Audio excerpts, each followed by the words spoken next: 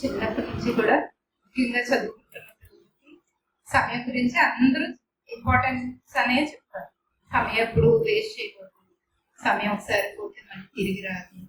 అయితే బైబిల్లో దేవుని వాక్యం సమయం గురించి ఏం చెప్తా అనుకుంటున్నాను అంటే నేను ఈరోజు కొన్ని విషయాలు చెప్తాం అనుకుంటున్నాను.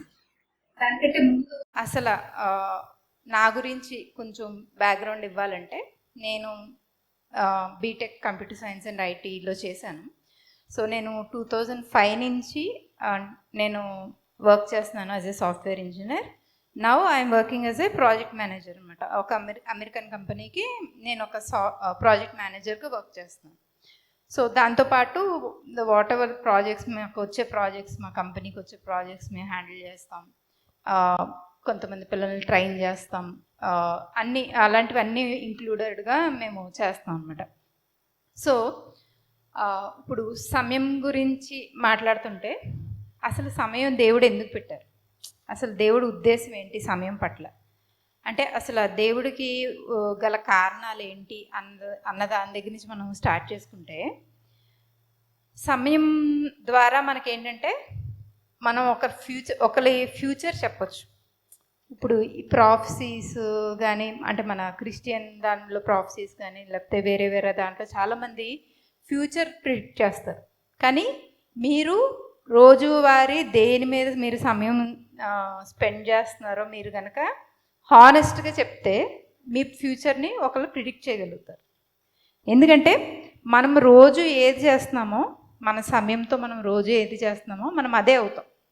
రోజు మనం దేవుడికి ప్రార్థన చేసుకుంటున్నామా, రోజు మనం మన కెరీర్కి సంబంధించిన వాటి మీద సీరియస్గా పర్సూ చేస్తున్నామా, లేకపోతే రోజు మనం ఫ్యామిలీతో స్పెండ్ చేస్తున్నామా, మన రిలేషన్షిప్ని బాగు చేసుకుంటున్నామా, మనం ఈ రోజువారీ మనం దేని మీద మన సమయాన్ని కేటాయిస్తున్నామో అది మన ఫ్యూచర్ని మనకి ప్రెడిక్ట్ చేస్తుంది. అలాగే దేవుడితో సమయం కనుక గడిపితే కీర్తనలు 16వ అధ్యాయం 11వ వచనం కనుక మనం చూస్తే Psalms 16:11 అందులో ఏమని ఉంటుందంటే, జీవ మార్గమును నీవు నాకు తెలియజేసేదవు, నీ సన్నిధిని సంపూర్ణ సంతోషము కలదు, నీ కుడి చేతిలో నిత్య సుఖములు కలవు. అంటే మన జీవితంలో సంతోషం, ఆనందం, సమాధానం, ఇంకా దేవుడి సన్నిధి నుంచి వచ్చేవన్నీ మనం చూడాలంటే సుఖం, నిత్య సుఖం, ఇలాంటివన్నీ చూడాలంటే మనం చేయాల్సింది ఏంటంటే మన సమయాన్ని దేవుడికి ఇవ్వాలి. ఆయన సన్నిధిలో మనం సమయం గడపాలి. సమయం గడిపినప్పుడు ఆ సమయం ఏంటంటే మనకి దేవుడు దాన్ని మన జీవితంలో మంచి వాటిగా మనకి ట్రాన్స్లేట్ చేస్తారు. అలాగే సమయానికి ఇంకొక అంశం సమయం చేసేది ఏంటి అంటే, సమయం దేనన్నా నిరూపిస్తుంది. అంటే ఇప్పుడు మనలో ప్రతి ఒక్కరికి కూడా సమయం ఇవ్వబడి ఉంటుంది. కొంతమంది చాలా గొప్పగా ఫలభరితంగా ఉంటారు, కొంతమంది లేజీగా ఉంటారు, లేకపోతే వాళ్ళు మీడియోకర్గా అంటే లైఫ్లో ఏది గొప్పగా సాధించకుండా ఏదో టైంకి లేసామా, తిన్నామా, ఉన్నామా అన్నట్టు ఉండేవాళ్ళు కూడా ఉంటారు. అంటే ఎవరు సమయాన్ని ఎలా ఉపయోగించుకుంటున్నారన్న దాన్ని బట్టే మన జీవితం అన్నది డిఫైన్ అయి ఉంటుంది. అదేంటంటే దేవుడు సమయాన్ని యూజ్ చేసి మనలో ఎంత విశ్వాస్యత ఉంది, మనం దేవుడికి మనకి ఇచ్చిన వాటిని బట్టి, అది ఒక రిలేషన్షిప్స్ కావచ్చు, ఆపర్చునిటీస్ కావచ్చు, లేకపోతే దేవుడు పని కావచ్చు, లేకపోతే దేవుడితో మనం గడపాల్సిన సమయం కావచ్చు, ప్రతి దాంట్లో మనం ఎంత విశ్వాసంగా ఉన్నామన్నది సమయం ప్రూవ్ చేస్తుంది. ఇంకొక థర్డ్ పాయింట్ ఏంటంటే, సమయం దేవుడి యొక్క సుప్రీమసీ అంటే సార్వభౌమత్వాన్ని ప్రదర్శిస్తుంది. ఈ పాయింట్ గురించి మనం చూసుకున్నట్టయితే, మీరు చూస్తే సమయం ఎవ్వరు కంట్రోల్ చేయలేరు. ఈ ప్రపంచంలో ఈ ప్రపంచంలో కాదు, ఈ విశ్వంలో కాదు, ఎవ్వరు కూడా సమయాన్ని కంట్రోల్ చేసే వాళ్ళు ఎవ్వరు లేరు, దేవుడు తప్ప. దేవుడు చేతిలో ఒక్కటే సమయం ఉంటుంది. సో ఇటువంటి సమయాన్ని ఆయన రివర్స్ చేయగలరు. మనకి లేని సమయాన్ని యాడ్ చేయగలరు, పోయిన సమయాన్ని తీసుకురాగలరు. ఎవరైనా రెఫరెన్స్ చెప్పగలుగుతారా నేను దేని గురించి మాట్లాడుతున్నాను? హిజ్కియా గురించి అది ఉమ్, అవును. ఆ హిజ్కియా గురించి, కానీ ఇంకా జనరలైజ్డ్గా అందరికీ సంబంధించేదిగా, అంటే ఒక విషయం జరిగినట్టు కాకుండా ఇప్పుడు మన జీవితంలో కూడా దేవుడు అది చేస్తాను అనే వాగ్దాన రూపంగా మాట్లాడిన వాక్యం ఏముందండి?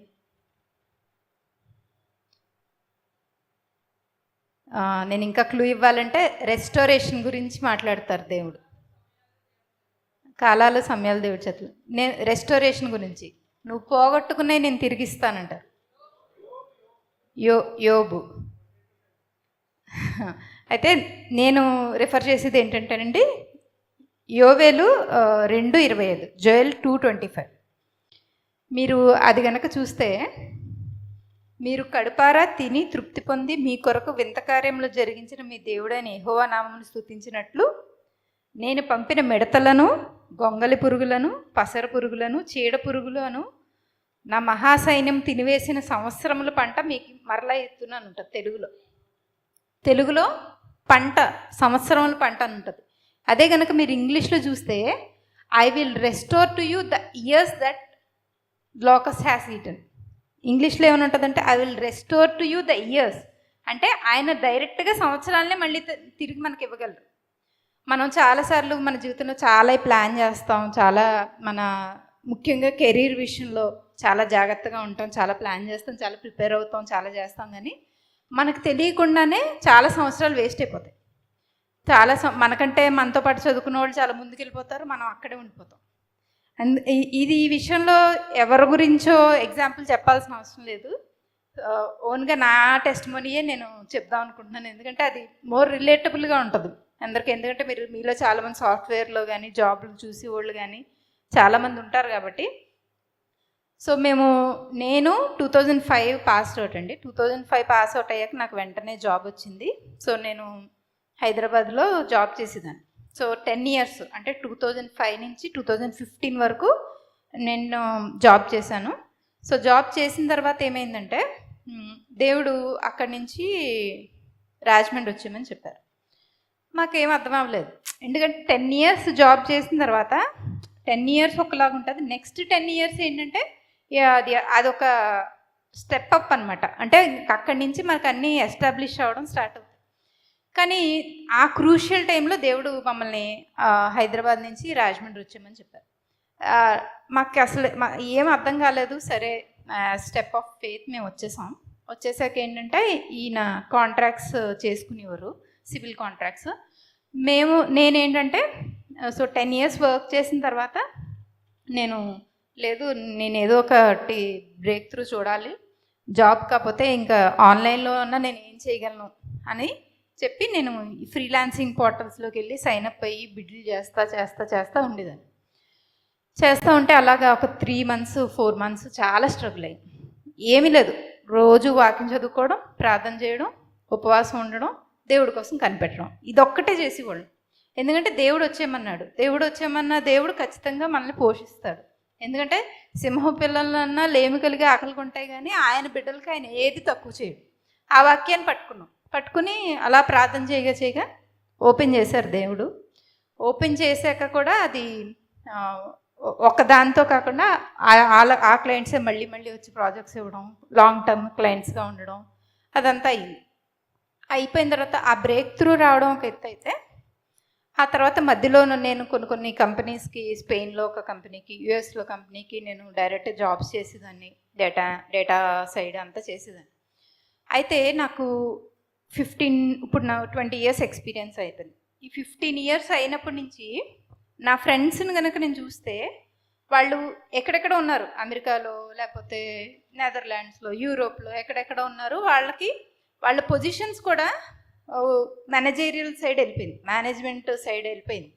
ఎందుకంటే మనం ఒక ఆర్గనైజేషన్తో కనుక కొలాబరేట్ అయ్యి ఉంటే, అలాగే స్టెప్ బై స్టెప్ ఆ కంపెనీయే మనల్ని వేరే దేశం తీసుకెళ్ళిపోతుంది, ఆ కంపెనీయే మనకి ప్రమోషన్ ఇచ్చేస్తుంది, అన్నీ జరిగిపోతాయి. కానీ నేను ఎప్పుడైతే కంపెనీతో కాకుండా నేను బయటకు వచ్చేసానో, ఎవ్రీథింగ్ నేనే చూసుకోవాలి. ఎందుకంటే నా ఎక్స్పీరియన్స్ నేను ఏది గెయిన్ చేశానో అదే నాకు జాబ్ తీసుకొస్తుంది కదా.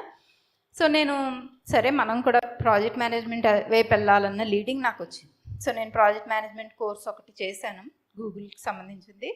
చేసిన తర్వాత నేను ట్రై చేస్తుంటే నాకు వచ్చే రిప్లైస్ అనమాట, మీకు ఫ్రీలాన్సింగ్ ఉంటే ఉండొచ్చు కానీ మీకు అది ప్రూవ్డ్ ఎక్స్పీరియన్స్లో లేదు, మేము అలాంటి వాళ్ళని తీసుకోం. సో మాకు ఇలా వద్దు, మాకు కంటిన్యూస్గా కంపెనీలో పనిచేసిన వాళ్ళే కావాలి, ఇలాంటి వాళ్ళకి మేము ఇవ్వం. ఇలాంటి రెస్పాన్సెస్ విన్నాను అనమాట. విన్నాక నేను ట్రై చేశాను ఒక 6-7 months, 1 year వరకు ట్రై చేసి, సరే మేనేజర్ పొజిషన్ తర్వాత సంగతి, అది దేవుడు ఎప్పుడు ఇస్తే వస్తుంది కానీ ఉన్నాయి చేసుకుందామని చెప్పి, నాకు ఈ లోపల ఇంకొక అమెరికన్ కంపెనీ నుంచి నాకు డేటా ఇంజనీర్ కింద పొజిషన్ వచ్చింది. నేను అది చేసుకుంటా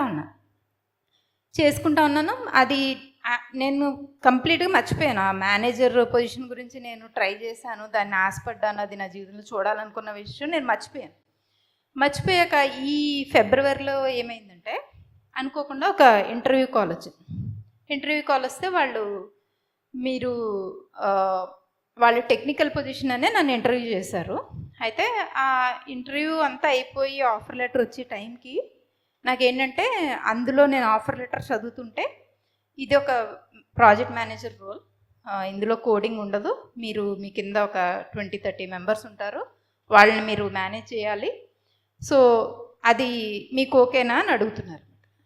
అసలు నేను తను షాక్ అనమాట. మనం అసలు ఎక్స్పెక్ట్ చేయలేదు, అసలు ఇంటర్వ్యూ కూడా నన్ను దానికి చేయలేదు. యాక్చువల్గా వాళ్ళు నన్ను ప్రాజెక్ట్ మేనేజ్మెంట్ దాని గురించి అడిగినప్పుడు కూడా నాకైతే ఎక్స్పీరియన్స్ లేదు, కానీ నేను నేర్చుకుని అయితే నేను చేయగలను, ఎందుకంటే ఇవన్నీ నేను ఆల్రెడీ చూస్తున్నాను కాబట్టి. నేను అదే చెప్పాను, అంటే నేను ఎక్కడా కూడా ఏది ఫేక్ చేయలేదు, అది నేను చెప్తున్నాను అనమాట. సో వాళ్ళు నమ్మి ఇచ్చారు. అయితే ఇక్కడ ఈ రెస్టోరేషన్ అన్న దాని గురించి నేను కనెక్ట్ చేసి చెప్తున్నాను అనమాట. ఇప్పుడు నా టెస్టిమోనీ, ఇప్పుడు నేను అందరిలాగా ఆ కంపెనీలో కంటిన్యూ ఉంటే నేను కూడా మేనేజర్ అయిపోదును కదా ఈ పాటికి. అయ్యో నేను ఇలాగ మిగిలిపోయానేంటి, అనవసరంగా దేవుడి మాటిని ఇలా వచ్చేసామా, నాకు ఇలాంటి థాట్స్ వస్తాయి, ఎవరికన్నా వస్తాయి, శరీరంలో ఉన్నాం కాబట్టి మన అందరికీ ఇలాంటి థాట్స్ వస్తాయి. కానీ దేవుడు వాళ్ళతో పాటు సమానంగా, నేను ఈ 10 సంవత్సరాలు మేనేజ్మెంట్ సైడ్ చేయనప్పటికీ వాళ్ళతో పాటు సమానంగా ఉన్నతమైన స్థానంలో దేవుడు నన్ను నిలబెట్టాడు. అది దేవుడు రెస్టోరేషన్ నా జీవితంలో కనపరిచిన సాక్ష్యం అనమాట. సో అది థర్డ్ పాయింట్. ఇప్పుడు మనం టైం ఎలా హ్యాండిల్ చేయాలి, మనం ఏంటంటే టైం అంటే మనం చాలాసార్లు డబ్బులు ఎలా హ్యాండిల్ చేయాలి, డబ్బుల్ని ఎంత జాగ్రత్తగా ఖర్చు పెట్టుకోవాలి, డబ్బులు లేకపోయే రోజు వస్తే మనం ఎంత జాగ్రత్తగా ఉండాలి, ఇలాంటివి మాట్లాడుకుంటాం. కానీ టైం గురించి ముఖ్యంగా మన ఇండియన్స్కి అంత ఇది ఉండదు. టైం అవుతుందిలే, ఏదో టైం చేస్తాం, అవుతాయి కదా పనులు, రోజులో ఏదో ఒకటి అవుతుందిలే, అలాంటి మైండ్ సెట్లో ఉంటాం. కానీ అసలు దేవుడు టైం గురించి ఏమని మాట్లాడుతున్నారు? ఎఫెసీ పత్రిక 5వ అధ్యాయం 15-16 వచనాలు.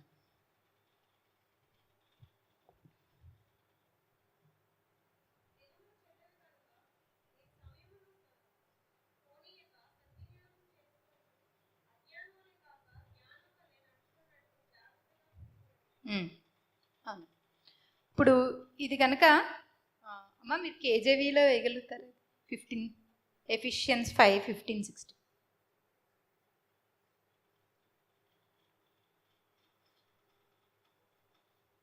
ఇక్కడ మనం చూస్తే, దినములు చెడ్డవు గనక మీరు సమయమునే పోనీక సద్వినియోగం చేసుకొనుచు అజ్ఞానుల వలె కాక జ్ఞానుల వలె నడుచుకున్నట్లు జాగ్రత్తగా చూసుకున్నాడు. సో ఇదే కనుక మనం కేజేవీలో చూస్తే, see then that a walk circumspectly, not as fools but as wise, redeeming the time because the days are evil అని ఉంటుంది. ఇక్కడ మనం 2 ముఖ్యమైన పదాలు, సర్కమ్స్పెక్ట్లీ అండ్ రిడీమింగ్ టైం. సర్కమ్స్పెక్ట్లీ అంటే ఎవరన్నా మీనింగ్ చెప్పగలుగుతారండి? సర్కమ్స్పెక్ట్లీ అంటే నేను చదువుతాను, means acting in a careful and cautious manner, considering all potential consequences before taking action. అంటే ఒక పని చేసే ముందు చాలా జాగ్రత్తగా అది చేస్తే మన జీవితంలో మనకి ఏమవుతుంది అని ఆలోచించి చేయడం సర్కమ్స్పెక్ట్లీ, అది మీనింగ్ అనమాట. అయితే అదేంటంటే మనం అది చేసేటప్పుడు మనం చాలా కాషియస్గా, చాలా జాగ్రత్తగా, చాలా ప్రూడెంట్గా దాన్ని హ్యాండిల్ చేయాలి. అది ఇక్కడ దేవుడు వాక్యం చెప్తుంది. అలాగే రిడీమింగ్ టైం. రిడీమింగ్ అంటే ఎవరన్నా మీనింగ్ చెప్తారండి? రిడీమ్, విడుదల. ఇంకా అంటే విడుదల కరెక్టేనండి. ఇంకా సినానిమ్స్ గురించి వస్తుంది. ఇంకా అదర్ మీనింగ్స్. విమోచన కరెక్ట్. ఇంకా అంటే ఇంకా ప్లెయిన్ మీనింగ్ ఏదన్నా? రిడీమ్.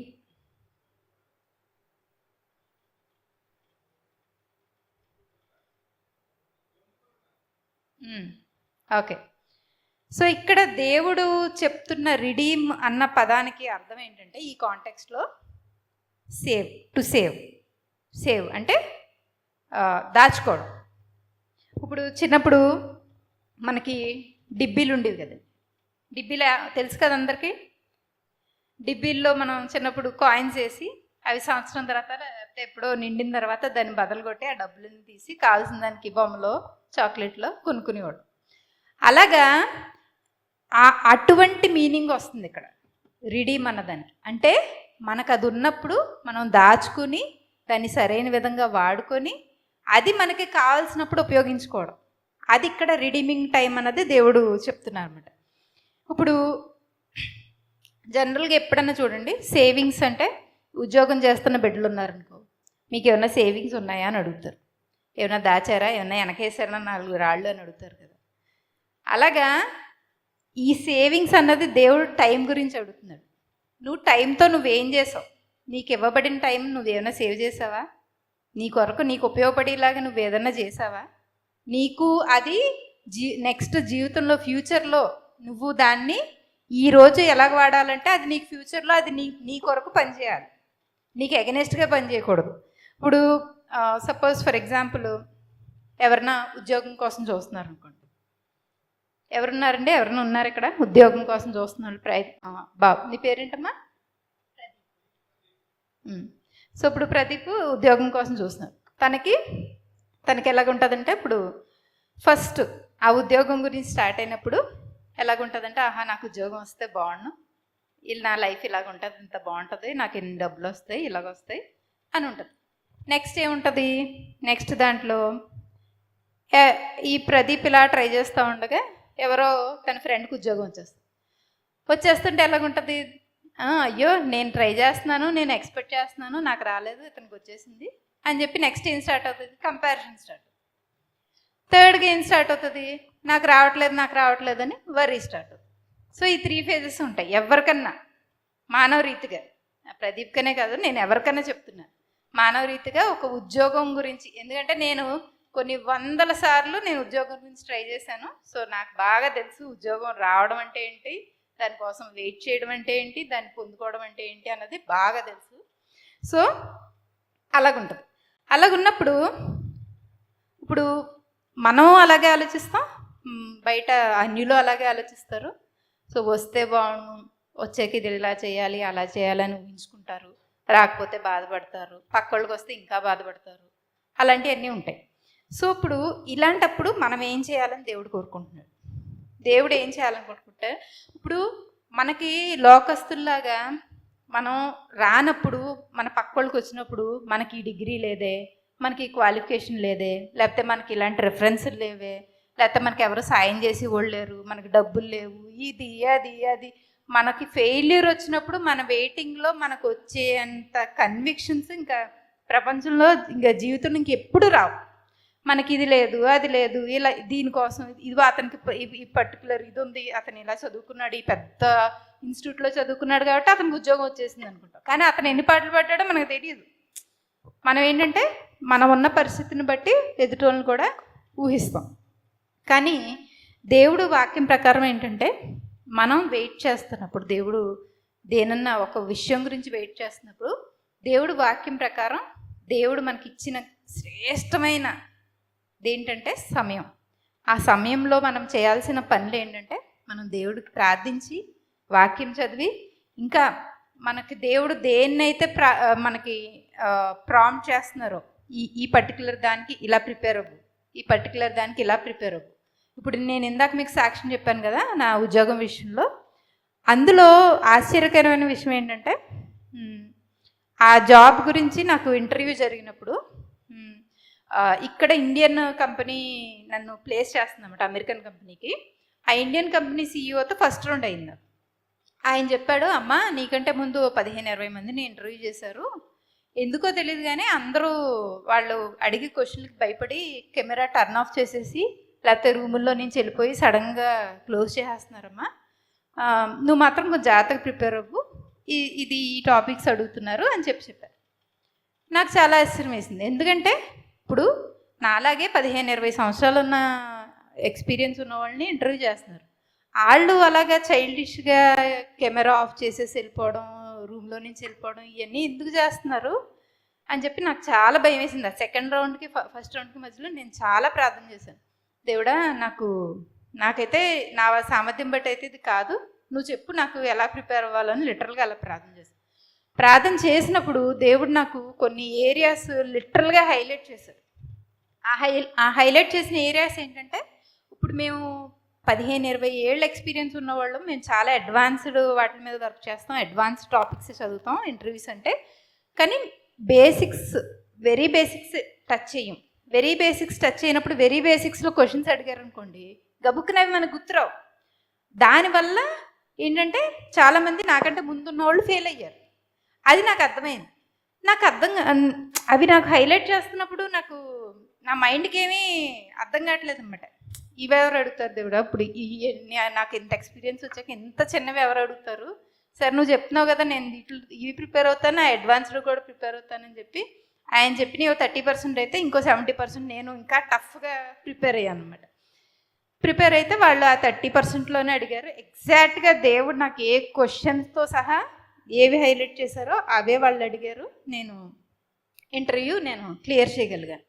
సో అలాగేంటంటే దేవుడు మనకి అర్థం కాదు మనం ఎక్కడ నుంచి ఏది చేస్తున్నాము. మనం కనుక ఆ టైము మనకు నాకు అప్పుడు ఉన్నది ఏంటంటే టైం, నేను దేవుడితో సమయం గడపగలను. ఎందుకంటే నాకు అప్పటికి ఇంకా నేను ఫుల్గా ఆక్యుపై లేను. సో ఏంటంటే ఆ టైంని నేను యూజ్ చేసుకున్నాను దేవుడితో. టైం యూజ్ చేసుకుని, దేవుడా నేను ఎందులో ప్రిపేర్ అవ్వాలి, నేను ఈ ఇంటర్వ్యూని ఎలా ఫేస్ చేయాలి అని చెప్పినప్పుడు దేవుడు ఆ ప్రిపరేషన్లోనే హెల్ప్ చేశారు, ఆ ఇంటర్వ్యూలోనే హెల్ప్ చేశారు, ఆ తర్వాత కావాల్సిన జాబ్ రావాల్సిన విషయంలో కూడా హెల్ప్ చేశారు. అలాగా సమయాన్ని మనకు వ్యతిరేకంగా పనిచేసేలా చేసుకోవచ్చు. వ్యతిరేకంగా పనిచేయాలంటే ఏం చేయక్కర్లేదు, మీరు ఏం చేయకుండా చేతులు ముడుచుకుని ఉంటే మేము ఆబ్వియస్గా మీకు వ్యతిరేకంగానే పనిచేస్తాం. కానీ సమయం మీకు కావాల్సినట్టు పనిచేయాలంటే మీరు పనిచేయాలి. ఏం పనులు చేయాలి? దేవుడు వాక్యం చదవడం, ప్రార్థించడం, మీకు ఏం కావాలో అది అడగడం, దానికోసం మీరు ఎక్కడ తక్కువగా ఉన్నారో దేవుడిని చూపించమంటే చూపిస్తారు. దేవుడు ఏంటంటే ఎప్పుడు దేవుడికి మనం ఫలించడమే దేవుడు చిత్తం, మనం అభివృద్ధిలోకి రావడమే దేవుడి చిత్తం. కాబట్టి అది అవ్వడానికి మనం ఏ విషయాల్లో లోటులో ఉన్నామో దేవుడు ఖచ్చితంగా చూపిస్తారు. సో అలాగా అయినప్పుడు ఇలాగా మనకు ఆ టైం ఉన్నప్పుడు మనం వర్రీ అవ్వకుండా, లేకపోతే ఇతరులతో కంపేర్ చేసుకోకుండా, అన్యుల్లాగా మనం ఎటువంటి రాంగ్ వాటిల్లోకి వెళ్ళిపోకుండా, ఏమి కన్యకలు ఎగ్జాంపుల్ తీసుకోండి. కన్యకలు ఏం చేశారు? దేవుడు రావడం లేట్ అయిందని చెప్పి పడుకున్నారు, శుభ్రంగా ఏ పని చేయకుండా పడుకున్నారు. అదే బుద్ధిగల కన్యకలు ఏం చేశారు? ఆయిల్ కూర్చుకున్నారు.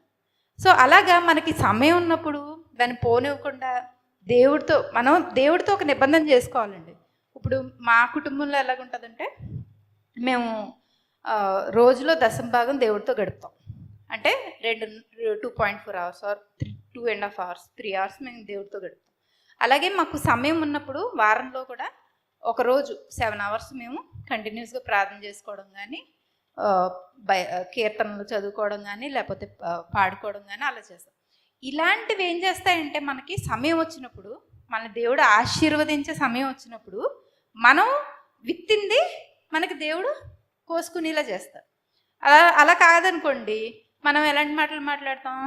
ఇంత కష్టపడ్డా నా టైం బాగాలేదురా, ఏమి కలిసి రావట్లేదురా, ఏం చేసినా కలిసి రావట్లేదు, ఇలాంటి మాటలన్నీ మాట్లాడతాం. మీరు ఏం చేస్తున్నారు? మీకు ఇవ్వబడిన సమయంతో మీరేమో నమ్మకంగా లేరు, కానీ మీరేమో టైంని అంటున్నారు. టైం ఎవరి చేతిలో ఉందండి? మన చేతిలోనే కదా ఉంది. మనం ఎలా ఉపయోగించామో దాన్ని బట్టే ఆ సమయం మన కోసం వాడబడుతుంది. అది మీకు వ్యతిరేకంగా వాడబడుతుందా, లేకపోతే మీకు తగ్గట్టుగా వాడబడుతుందా అనేది. ఇప్పుడు మీరు డిబ్బీలో డబ్బులు వేయకుండా తర్వాత ఒక సంవత్సరం తర్వాత తీద్దామంటే మీరు ఏమైనా తీయగలరా? తీయలేరు కదా. ఇది కూడా అంతే.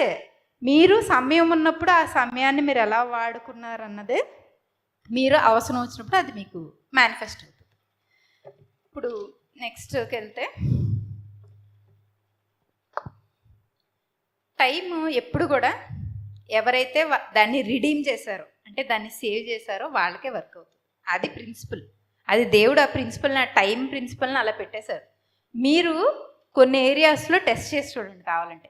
ఏదో మీకు చాలా టఫ్ ఏరియాస్ కొన్ని ఉంటాయి కదా, కొన్ని ఏరియాస్లో మీరు ప్రతిరోజు దేవుడి దగ్గర దాని గురించి ప్రార్థన చేసి దానికోసం కొంత సమయం, ఇప్పుడు సపోజ్ ఫర్ ఎగ్జాంపుల్ ఒక స్కిల్ డెవలప్ చేద్దాం అనుకుంటున్నారు, ఫస్ట్ ఏదన్నా సరే దేవుడితో స్టార్ట్ చేయాలి.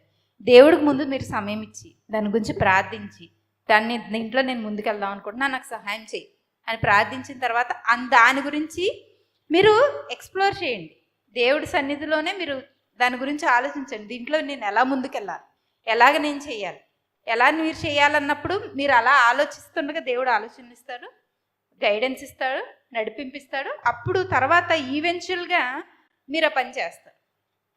ఇప్పుడు ఏదైనా ఒక కొత్త స్టార్ట్ చేయాలనుకుంటే దాంతో మీరు ప్రతిరోజు సమయం గడిపి చూడండి, ఖచ్చితంగా అది స్టార్ట్ అవుతుంది. అయ్యో ఇన్ని సంవత్సరాల నుంచి అనుకుంటున్నాను, ఇది నేను చేయలేకపోతున్నాను, ఇన్ని సంవత్సరాల నుంచి అనుకుంటున్నాను, ఇది నేను స్టార్ట్ చేయలేకపోతున్నాను, ఇందులో బ్రేక్ త్రూ చూడలేకపోతున్నాను అని అనుకుంటారు చాలామంది. మీరు ప్రతిరోజు దాని గురించి సమయం గడపండి, ప్రతిరోజు దాని గురించి దేవుని సన్నిధిలో జ్ఞాపకం చేసుకోండి. ఖచ్చితంగా మీకు తెలియకుండానే, ఇప్పుడు మా హస్బెండ్ చెప్తున్నారు ఈ యూత్ ఈ మీటింగ్ గురించి. ఈ మీటింగే ఒక సాక్ష్యం. ఎందుకంటే తను నాకు తెలిసి ఒక 1-2 సంవత్సరాల నుంచి చాలా భారంతో ఉన్నారు యూత్ గురించి. కనిపించిన ప్రతి ఓళ్ళ దగ్గర, ఇప్పుడు పాస్టర్లు ఎవరన్నా మన ఇంటికి వస్తే వాళ్ళ దగ్గర, బ్రదర్ నాకు ఇలా చేయాలని ఉంది, బ్రదర్ ఇలా చేయాలి, ఇక్కడ పెట్టాలి, అక్కడ పెట్టాలి. మా చర్చ్ పాస్టర్లు వచ్చినా అదే మాటలు మాట్లాడేవారు. ఎవరు వచ్చినా అదే, ఇలా మాట్లాడగా ఆ ప్యాషన్ అంతా దేవుడి దగ్గర ప్రార్థించగా మాట్లాడగా దాని గురించి మీకు నమ్మరు. ఈ మీటింగ్ గురించి ఆయన కనీసం 1 సంవత్సరం నుంచి ప్రిపేర్ అవుతున్నారు. నాకు రాలేదు కదా అవకాశం, నేను ఎందుకు ప్రిపేర్ అవ్వాలని ఎప్పుడు అనుకోలేదు. ఆయన 4 బైబిల్స్ చదివారు. ఈ మీటింగ్ ఇలా యూత్కి ఇలాంటి వాక్యం చెప్పాలన్న దాని గురించి 4 బైబిల్స్ చదివి ఆ బైబిల్లో అంత ఇన్ఫర్మేషన్ కలెక్ట్ చేసి అంత రెడీగా ఉన్నారు. దేవుడు అవకాశం ఇచ్చినప్పుడు నేను వెళ్ళాలి అంతే. అలాగా మనం సమయంతో మనం నమ్మకంగా ఉంటే దేవుడు ఖచ్చితంగా మనకి అవకాశం ఇస్తారు, మనల్ని ఖచ్చితంగా హెచ్చిస్తారు. అలాగే ఇప్పుడు మీరు ఈ ప్రాసెస్ ఇలా రిడీమ్ చేసుకుని దేవుడితో నమ్మకంగా ఉన్నప్పుడు ఒకసారి దేవుడు ఆశీర్వదిస్తాడు. ఆశీర్వదించినప్పుడు బయట వాళ్ళు చూసి ఏమనుకుంటారు, ఆహా భలే బ్లెస్ అయిపోయాడు రైడు, ఏం చేశాడో, ఏ నక్క తొక్కుంటాడు, లేకపోతే ఏ తంతే బూరులు బొట్టల పట్టి ఏదో సడన్గా వచ్చేసినట్టు అనుకుంటారు. కానీ ఎవ్వరికి సడన్గా రావండి బ్లెస్సింగ్స్, ఎవ్వరికి రావు. ఎవరన్నా సరే ఆ పొజిషన్కి వచ్చారంటే వాళ్ళు ఒక ప్రాసెస్ గుండా వెళ్ళారు. ఆ ప్రాసెస్ మనకు కనపడదు, మనకి ఏం కనిపిస్తుంది, ఆ బ్లెస్సింగ్ ఒకటే కనిపిస్తుంది. సో ఆ ప్రాసెస్ అన్నది చాలా ఇంపార్టెంట్. ఆ ప్రాసెస్ ఏంటంటే, సపోజ్ ఇందాక ప్రదీప్ ఎగ్జాంపుల్కి వెళ్దాం. సో తను ఒక జాబ్ గురించి చూద్దాం అనుకుంటాను. తను ఏం చేస్తాడు, ఫస్ట్ ప్రిపేర్ అవుతాడు జాబ్ గురించి. తను ఇన్ఫర్మేషన్ అంతా గ్యాదర్ చేసుకుంటాడు. తను ఏం జాబు, అసలు దానికి సంబంధించిన అసలు తనకి ఇన్ఫర్మేషన్ ఎంతవరకు ఉంది, ఇంటర్వ్యూ ఎలా ప్రిపేర్ అవ్వాలి, ఇలాంటి రిసోర్సెస్ అన్నీ గ్యాదర్ చేసుకుని తను ప్రిపేర్ అవుతాడు. ప్రిపేర్ అవుతుండగా ప్రిపరేషన్ ఒక టైం వచ్చేసరికి తను ఇంటర్వ్యూస్ అప్లై చేస్తాడు. ఇంటర్వ్యూ కాల్ వచ్చింది అనుకోండి. ఇంటర్వ్యూ కాల్ వచ్చిన తర్వాత ఏమవుతుంది, ఆ ఇంటర్వ్యూ కాల్ సక్సెస్ అయిందనుకోండి, అది పొజిషన్ ఫేజ్లోకి వెళ్తుంది. అంటే మనకి ఇవ్వబడిన ప్రామిస్ ఆర్ వాగ్దానం మన జీవితంలో నెరవేరుస్తుంది. అంటే దేవుడు నీకు జాబ్ ఇస్తాననే వాగ్దానం నెరవేరుతుంది. అదే కనుక అది ఫెయిల్ అయిందనుకోండి, మళ్ళీ ఎక్కడికి వెళ్తాడు, బ్యాక్ టు వెయిటింగ్ ఫేజ్. ఈ వెయిటింగ్ ఫేజ్ అన్నది మోస్ట్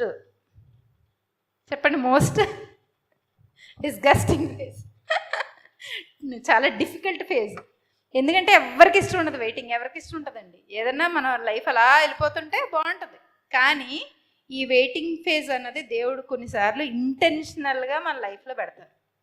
ఎందుకంటే ఆ వెయిటింగ్ ఫేజ్లో దేవుడు మనల్ని ప్యూరిఫై చేస్తాడు, మనల్ని కరెక్ట్ చేస్తాడు, మనల్ని ప్రిపేర్ చేస్తాడు. సో కొంతమందికి ఊరికే వచ్చేస్తాయి ఉద్యోగాలు, అలాంటి వాళ్ళకి వెయిటింగ్ ఫేజ్ ఉండకపోవచ్చు. కానీ మనల్ని వెయిట్ చేయిస్తున్నాడంటే దేవుడు మనకి చాలా గొప్పది దాచించాడు అనమాట. అందుకని ఆ వెయిటింగ్లోకి వెళ్తేనే నువ్వు ఆ బ్లెస్సింగ్ నువ్వు హ్యాండిల్ చేయగలవు. కాబట్టి దేవుడు ఇంటెన్షనల్గా నిన్ను ఆ వెయిటింగ్లోకి తీసుకెళ్తున్నాడు. ఆ వెయిటింగ్ ఫేజ్లో మనం అస్సలు వెనుతీయకుండా, మన విశ్వాసాన్ని కోల్పోకుండా, ఖచ్చితంగా కోల్పోయే పరిస్థితులు వస్తాయి.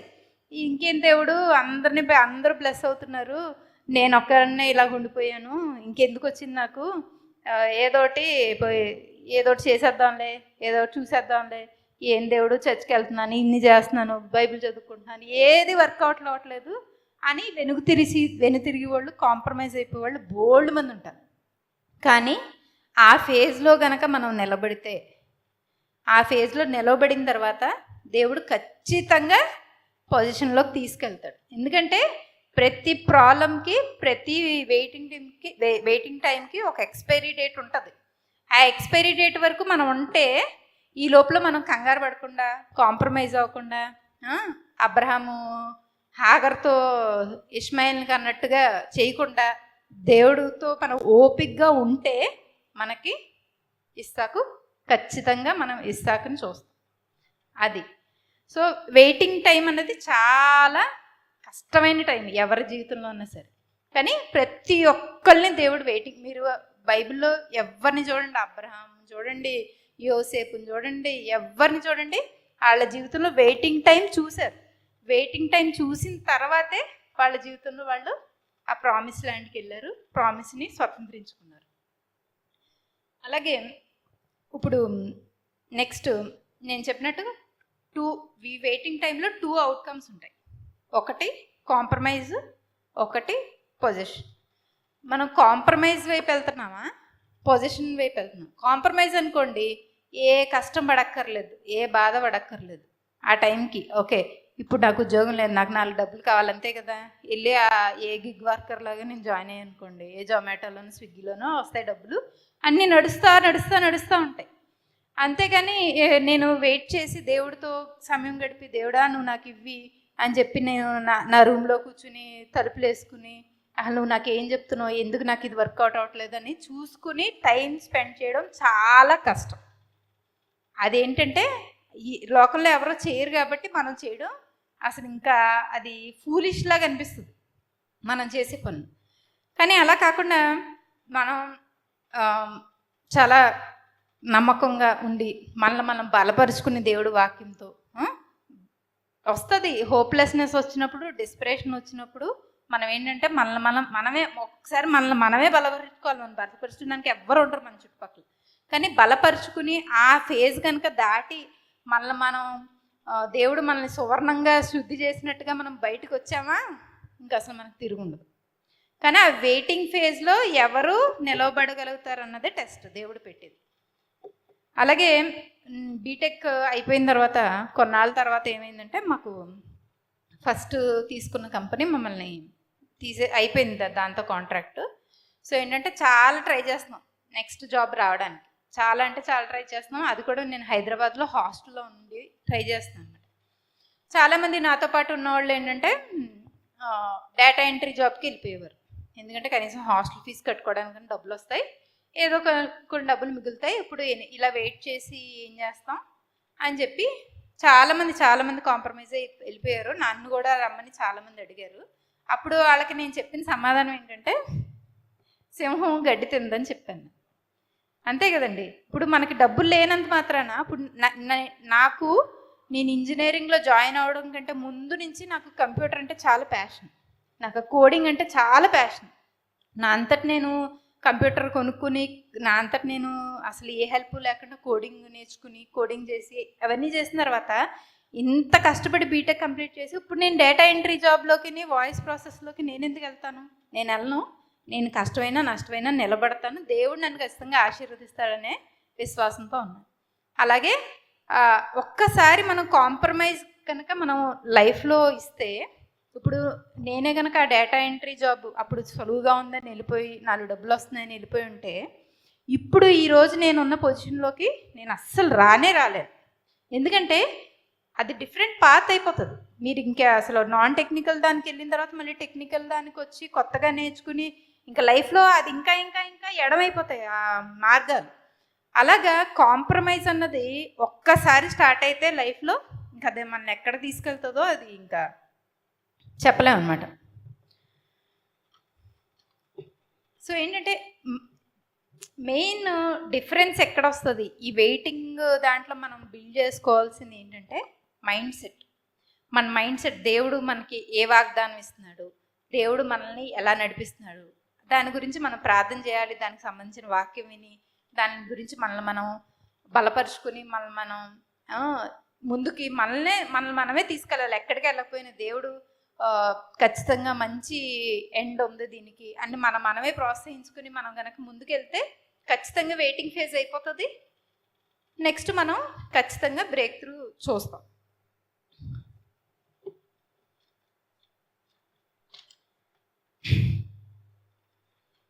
ఇప్పుడు ఈ వెయిటింగ్ టైంలో చేయాల్సిన ఇంకొక విషయం ఏంటంటే విశ్వాస క్రియలు. విశ్వాస క్రియలు అంటే మనకందరికీ విశ్వాసం ఉంటుందండి, కానీ దేవుడు వాక్యం ఏం చెప్తుంది, క్రియలు లేని విశ్వాసం మృతం. సో మనకి ఇప్పుడు వెయిటింగ్ టైంలో ఉన్నారు, నాకు జాబ్ రావట్లేదు కానీ నాకు విశ్వాసం ఉంది దేవుడు ఇస్తాడని చెప్పి మీరు రోడ్ల మీద తిరిగి ఇష్టం వచ్చినట్టు ఫ్రెండ్స్తో చేసి ఇలా చేసి అలా చేస్తున్నారు అనుకోండి, అది విశ్వాస క్రియని ఎక్కడన్నా నిరూపిస్తుందా? మీకు విశ్వాసం ఉన్నట్టే ఎవరికన్నా ఏదైనా డెమాన్స్ట్రేట్ చేస్తుందా? ఏమీ లేదు. మీరు ఏంటంటే మీకు ఏది కంఫర్టబుల్లో చేసుకుంటే వెళ్ళిపోతున్నారు, మీ లైఫ్ ఎలా నడిపిస్తే అలాగా నడిచేస్తున్నారు. అలా కాకుండా కొన్ని విశ్వాస క్రియలు, అందులో మొదటిది ఏంటంటే దేవుడి వాక్యాన్ని ధ్యానించడం. కీర్తనలు 1వ అధ్యాయం 2-3.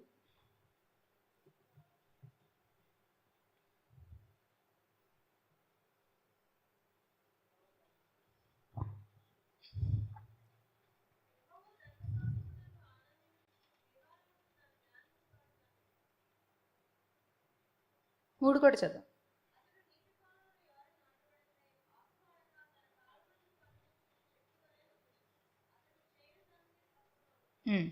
ఇక్కడ యెహోవా ధర్మశాస్త్రమునందు ఆనందించుచు దివారాత్రము దాన్ని ధ్యానించువాడు ధన్యుడు.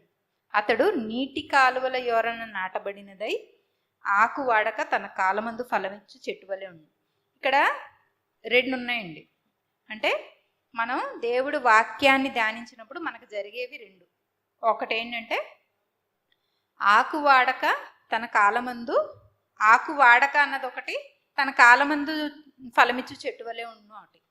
ఈ 2 చూసుకుంటే అసలు ఆకు ఎప్పుడు వాడుతుంది? సారం లేనప్పుడు వాడుతుంది. ముఖ్యంగా ఈ వెయిటింగ్ పీరియడ్లో ఎప్పుడైతే మనం దేవుడితో కనెక్ట్ అయ్యి ఉండమో, దేవుడి వాక్యంతో మనం కనెక్ట్ అయ్యి ఉండమో, అప్పుడు ఏమవుతుందంటే మనకి చాలా నిరాశ, నిస్పృహ, ఇంకా ముందు ఇంకా ఫ్యూచర్ ఏం కనపడినట్టు, ఇంకా ఇంకా ఇంకా ఏమవుతుందో అంత చీకటిగానే కనిపిస్తుంది ఈ వెయిటింగ్ పీరియడ్లో. అలాంటప్పుడు మనం దేవుడు వాక్యాన్ని కనుక ధ్యానిస్తే, దేవుడు వాక్యానితో కనుక మన హృదయం అంతా నిండిపోతే ఏమవుతుందంటే అప్పుడు మన ఆకు వాడకుండా పచ్చగా ఉంటుంది. అంటే మనకి నెగిటివ్ థాట్స్ రాకుండా, మనకి డిస్కరేజ్మెంట్ కానీ డిప్రెషన్ కానీ ఇటువంటి వాటిల్లోకి ఏమీ వెళ్ళకుండా సమస్త జ్ఞానంకి మించిన దేవుడి సమాధానం ఎలాగొస్తుందంటే మనం దేవుడి వాక్యాన్ని ధ్యానించినప్పుడు మనం అది పొందుకోగలుగుతాం. అలాగే ఇప్పుడు ఎప్పుడైతే మనం దేవుడి వాక్యంతో సోక్ అయిపోయి ఉంటామో, ఎప్పుడైతే దేవుడి వాక్యం మనలో అంత నిండి ఉంటుందో అప్పుడు మన ఆకు ఎప్పుడు కూడా పచ్చగా ఉంటుంది. అలాగే ఇప్పుడు మనం చూస్తే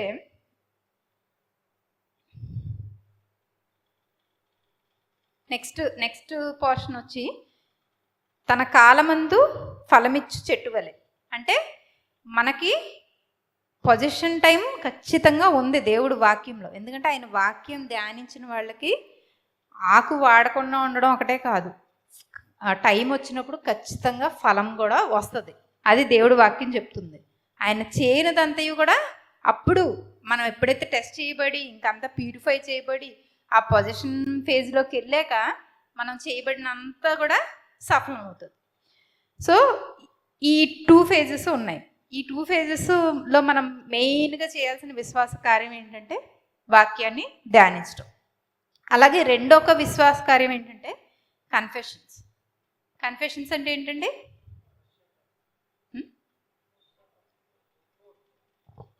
ఒప్పుకోలు.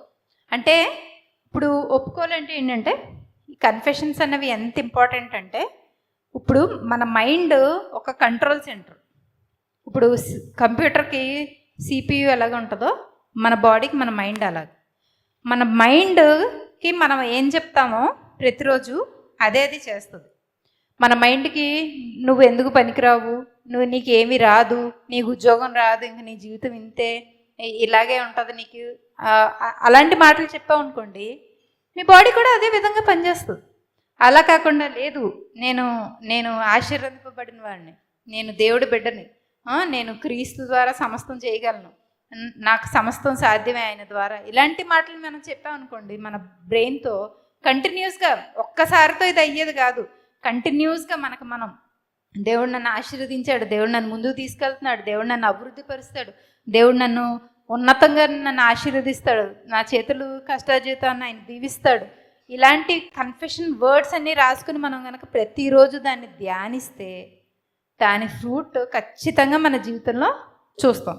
సో ఏంటంటే నేను ప్రతి ఒక్కరికి మేము చెప్పేది ఏంటంటే, మీ లైఫ్లో మీ ప్రతి ఏరియాకి సంబంధించి, ఉద్యోగం గురించి అనే కాదు, ప్రతి ఏరియాకి సంబంధించి మీకు ఏ ఏరియాలో ప్రాబ్లమ్స్ ఉన్నాయో, మీ ఏరియాలో అభివృద్ధి చూద్దాం అనుకుంటున్నారు, ఏ ఏరియాలో మీరు ఇంప్రూవ్మెంట్ చూద్దాం అనుకుంటున్నారు, ఆ ఏరియాకి సంబంధించిన అన్నిటి విషయాల్లో మీరు దేవుడు వాక్యంలో నుంచి కన్ఫెషన్స్ రాసుకోండి. కన్ఫెషన్స్ రాసుకుని వాటిని ప్రతిరోజు మీరు కనుక కన్ఫెస్ చేయగలిగితే ఖచ్చితంగా దేవుడు మీ జీవితంలో మార్పుని తీసుకుని వస్తాడు. సో ఈ 2 విశ్వాస కార్యాలు మనం వెయిటింగ్ టైంలో ముఖ్యంగా చేయాల్సిన ఈ 2 విశ్వాస కార్యాలు మనం చేస్తే ఖచ్చితంగా అబ్రహాం లాగా, యోసేపు లాగా మనం మన జీవితంలో గ్యారంటీగా ఫ్రూట్ చూస్తాం. దేవుడు ఈ వాక్యాన్ని దీవించునుగా.